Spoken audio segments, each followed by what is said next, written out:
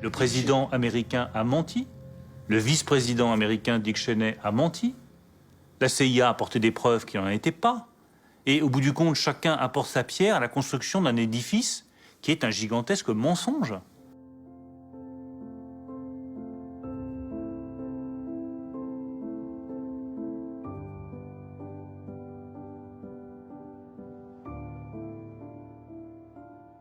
Et ce mensonge devient, en janvier 2003, la vérité de la première puissance de la planète et de notre premier allié, les États-Unis. Si on avait pu trouver un vague document qui aurait dit que Saddam Hussein mangeait des petits-enfants à chaque petit déjeuner, on l'aurait sorti. L'accusation la plus lourde concerne la bombe atomique. Pour la mettre au point, il faut posséder un minerai radioactif.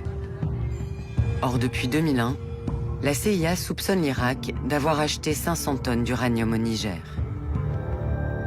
Sortir 500 tonnes de minerai d'uranium du Niger, qui est quand même un pays enclavé, qui n'a pas d'accès sur la mer. D'abord, il faut trimballer le minerai sur des centaines de kilomètres en camion, avec beaucoup de camions. 500 tonnes en avion, on aurait vu les avions. Donc, cette histoire ne tient pas la route. Mais le vice-président Dick Cheney doute des conclusions françaises. Il presse la CIA de poursuivre son enquête. La récolte des preuves ne donne rien. Pourtant, le 12 septembre à l'ONU, le président américain va violemment s'en prendre à l'Irak pendant une vingtaine de minutes, en s'appuyant sur de fausses informations. If the Iraqi regime wishes peace, it will immediately end all support for terrorism and act to suppress it. The United States of America will make that stand. Au Quai d'Orsay, Bruno Le Maire et le ministre Dominique de Villepin voient réapparaître l'affaire des 500 tonnes d'uranium africain. Cette fois, document à l'appui, un contrat commercial que le Niger et l'Irak auraient signé en 2000. Plusieurs services secrets occidentaux doutent de son authenticité. Pourtant, le gouvernement britannique de Tony Blair accuse à nouveau Saddam Hussein.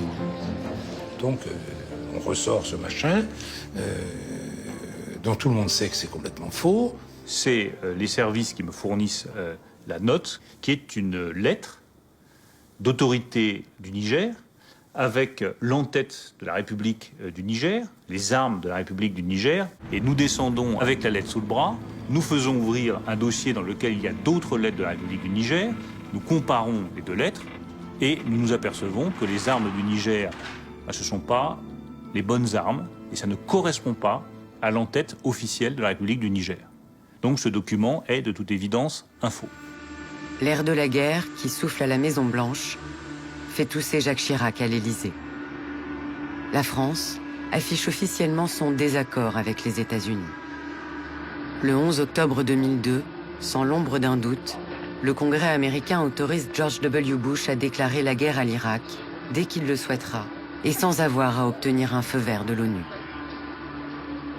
Une tension sévère s'installe entre Paris et Washington.